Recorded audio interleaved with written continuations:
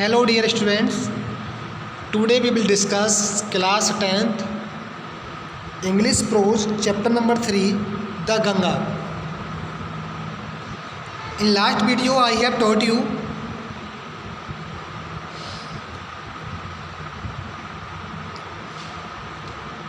to here, and today we will start from here paragraph number 4, smiling and dancing in the morning sunlight and dark and gloomy and full of mystery as the evening shadows fall.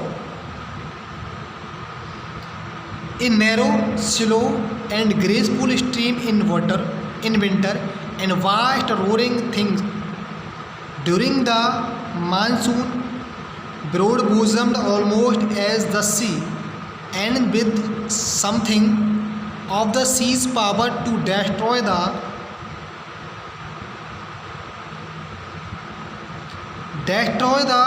Ganga has been to me symbol and memory of past of India, running into present and flowing on to the great ocean of the future. Nehru ji इस paragraph में कह रहे हैं smiling and dancing, मुस्कुराना, मुस्कुराती हुई और नाचती हुई इन द मॉर्निंग सनलाइट, सुबह के प्रकाश में, सुबह के सूर्य के प्रकाश में सुबह सुबह ये मुस्कुराती और नाचती हुई प्रतीत होती है. And dark and gloomy and full of mystery, and dark अंधेरे में एंड ग्लूमी अंधकार में, एंड फुल ऑफ मिस्ट्री और रहस्य से भरी हुई होती है. As the evening shadow fall, जैसे ही शाम होती है तो ये अंधेरी एंड फुल ऑफ मिस्ट्री, रहस्य से भरी हुई होती है. जैसे जैसे शाम होती है तो ये अंधेरी हो जाती है और रहस्य से फुल हो जाती है, रहस्य से फुल भर जाती है. ए नैरो और तंग, शिलो धीमी एंड ग्रेसफुल और काफ़ी दयालु दिखाई देती है. ग्रेसफुल स्टीम और दयालु, दया भरी स्टीम धाराएँ होती है. विंटर, ठंड के मौसम, जब ठंड का मौसम होता है तो ये बहुत तंग होती है, धीरे धीरे चलती प्रतीत होती है. एंड ग्रेसफुल स्टीम, और इसकी धारा ऐसे होती है जैसे वो दयालु होती है, कृपा कर रही होती है. इन विंटर मतलब ठंड के मौसम में. And vast roaring thing during the monsoon, और जैसे ही मानसून होती है, बरसात का मौसम होता है.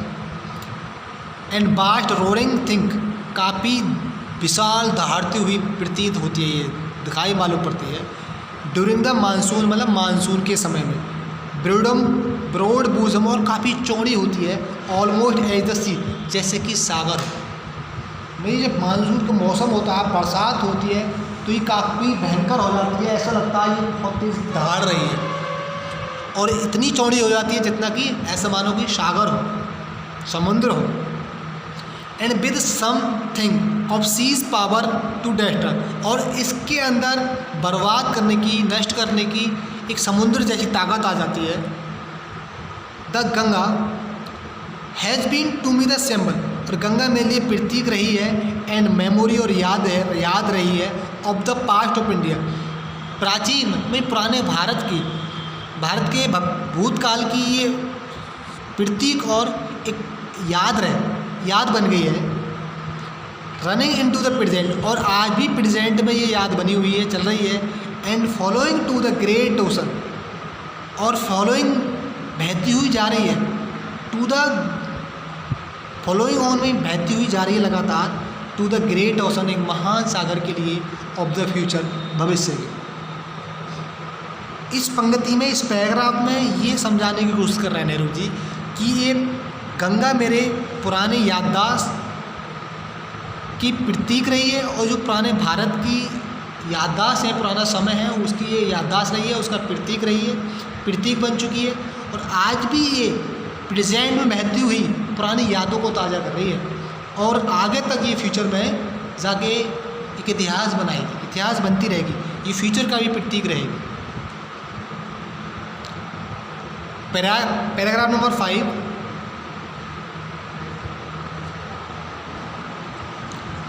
Although I have discarded much of the past tradition and custom, and I am annexes that India should rid herself of all shackles that bind the constrain her and divide her people and suppress the vast number of them। यहाँ नेहरू जी कह रहे हैं in paragraph number 5, although यद्यपि I have discarded much of past tradition, जबकि मैंने पुरानी परंपराओं को छोड़ दिया है, एंड कस्टम और रीति रिवाजों को छोड़ दिया, आई एम अनेक्सर में उत्सुक हूँ that India should rid herself कि भारत भी अपने आप को मुक्त कर दे ऑफ ऑल सर्कल्स उन सभी बाधाओं से डेड में जो बिंड बांधी हुई है, इनका स्टैंड रोकी हुई है, हर में इसको एंड डिवाइडेड बांटती हैं हर पीपल इसके लोगों को। नेहरू जी यहाँ कह रहे हैं कि जबकि मैंने पुरानी परंपराओं को रीति रिवाजों को डिस्कार्ड कर दिया, ख़त्म कर दिया, और मैं ये उत्सुक करता हूँ, ये आशा करता हूँ कि इंडिया भी, भारत भी उन सभी पुरानी परंपराओं को, बाधाओं को से मुक्त हो जाए जो आज भी इंडिया को बांधे हुए हैं और उसके लोगों को डिवाइड कर रहे हैं, एंड सरप्राइज दमन कर रहे हैं वास्ट नंबर्स ऑफ देम, और इनके बहुत सी संख्या में इनको दमन कर रहे हैं। जो परंपरा है, जो पुरानी परंपरा है, रीति रिवाज हैं, उनसे नेहरू जी ने छुटकारा पा लिया और कहते हैं कि इंडिया भी इन चीज़ों से छुटकारा पाए जिससे ये बंधी हुई है और लोगों को डिवाइड कर रही है, लोगों को बांट रही है, उन सभी परंपराओं को छोड़ दिया जाए। And prevent free development of body and spirit though I speak all this yet I do not wish to cut myself off from the past completely.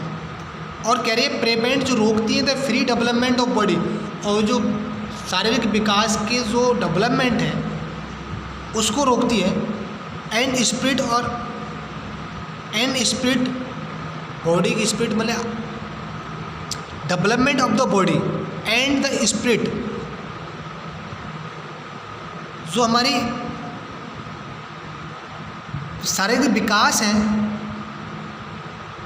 और जो हमारी अंतरात्मा है, अंतरात्मा को विकास है, उसको ये रोकी हुई है। कौन? पुरानी परंपराएं और पुराने रीति रिवाज, इन सब से हमें छुटकारा पा लेना चाहिए। तो I seek all this yet, जबकि मैं ये तलाश करता हूँ, yet I do not wish, लेकिन मेरी ये इच्छा नहीं है, to cut myself off, कि मैं अपने आप को बिल्कुल अलग कर दूँ, फ्रॉम डेट पास्ट कम्प्लीटली, कि इन सभी परंपराओं को छोड़ने का उद्देश्य मेरा ये नहीं है कि मैं अपने आप को, जो पास्ट है, जो हमारा भूत रहा है, जो हमारे पुराना समय रहा है, जो हमारी पुरानी परंपराएं रही हैं, उनसे मैं अपने आप को पूर्ण रूप से अलग करूँ, ये मेरा उद्देश्य नहीं है, ये मैं नहीं चाहता। आई am proud of that great inheritance, और मुझे इन सभी अपनी पुरानी परंपराओं पे और जो हमारा पुराना इनहेरिटेंस है, मतलब जो हमारी विरासत है, इन पर मैं गर्व करता हूँ। That has been and it's ours and I am conscious that I too like all of us and I am link in the unbroken chain which goes to back the dawn of the history immemorial past of India. I am proud of, मैं इस चीज़ पर गर्व करता हूँ, that कि एक great inheritance, कि वो महान विरासत है, डैट हैज़ बीन, जो जुड़ी हुई है, जो हमारी पुरानी परंपराएं हैं, जो आज भी हैं, मैं उन सब पर गर्व करता हूँ।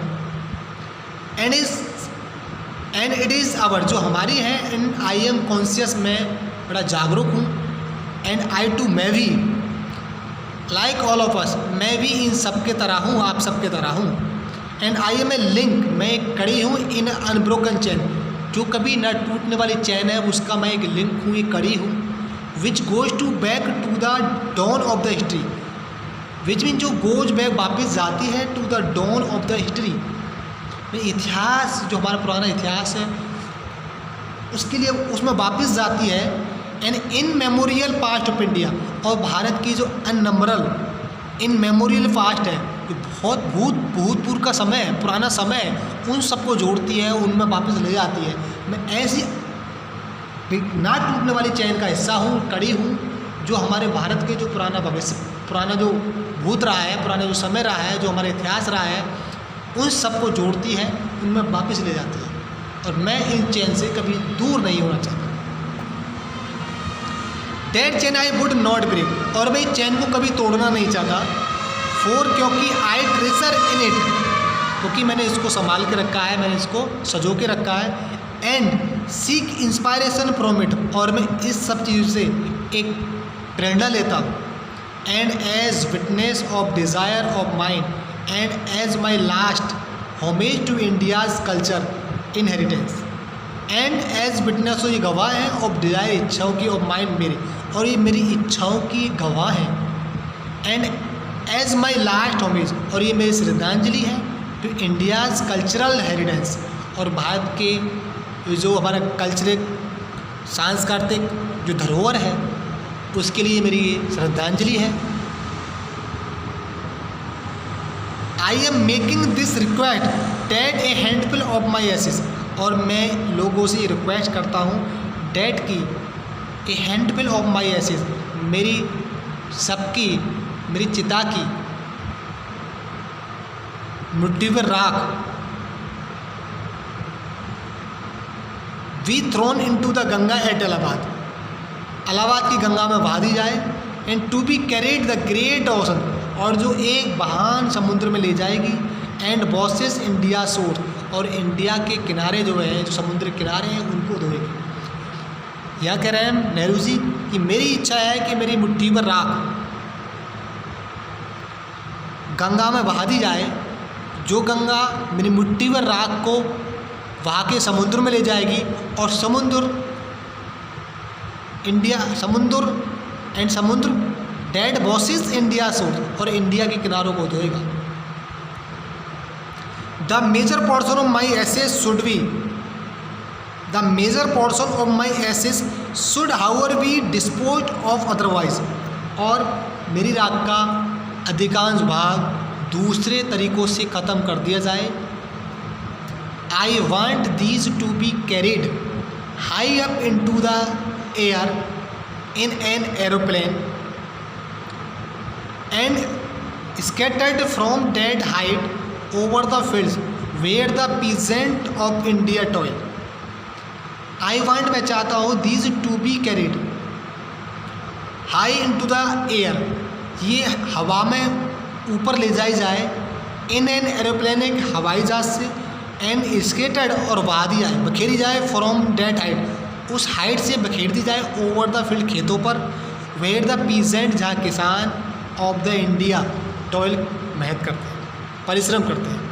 मेरी इच्छा है कि मेरी बकाया जितनी भी राख बचती है वो हवाई जहाज के द्वारा आसमान में ले जाई जाए, और उस ऊंचाई से खेतों में बखेरी जाए जहाँ भारत के किसान परिश्रम करते हैं। So that they might mingle with the dust and soil of India, so that, ताकि दे माइट मिंगल में मिला दें विद द डस्ट, मिट्टी में, एंड सोइल, डस्ट में धूल में, एंड सोइल मिट्टी में, ऑफ इंडिया, भारत की, ताकि किसान मेरी राख को भारत की मिट्टी में और ज़मीन में मिला दें। That become indistinguishable part of India, ताकि ये इंडिया का, एंड बिकम एन इंडिस्टिंग्विशेबल, काफ़ी महत्वपूर्ण पार्ट बन जाए ऑफ इंडिया, भारत का, ताकि मेरी राख भारत की का एक बहुत महत्वपूर्ण पार्ट बन जाए। महात्मा नेहरू जी की इच्छा यही है कि बाकी एक मुट्ठी में राख तो मेरी नदी में बहा दी जाए, गंगा में बहा दी जाए, और बाकी बची हुई राख हवाई जहाज के द्वारा आसमान में ले जाई जाए, उसी ऊंचाई से उस राख को भारत की जो खेत है, ज़मीन है, उसमें बखेर दी जाए, जहाँ भारतीय किसान परिश्रम करते हैं, और वो किसान मेरी इस राख को मिट्टी में मिला दें, ताकि मेरी राख भारत की ज़मीन का एक महत्वपूर्ण हिस्सा बन जाए। I have been written this will and testament in new Delhi on the 21st day of June in the year 1954। यहाँ नेहरू जी कह रहे हैं I have written this will and testament, मैंने ये इच्छा पत्र, विल एंड टेस्टामेंट का मैंने ये अपना इच्छा पत्र लिखा है, इन न्यू दिल्ली, नई दिल्ली में, ऑन 21st day, मतलब 21 जून को, इन ईयर 1954, मतलब 1954 में। मैंने ये अपना इच्छा पत्र नई दिल्ली में 21 जून 1954 में लिखा था।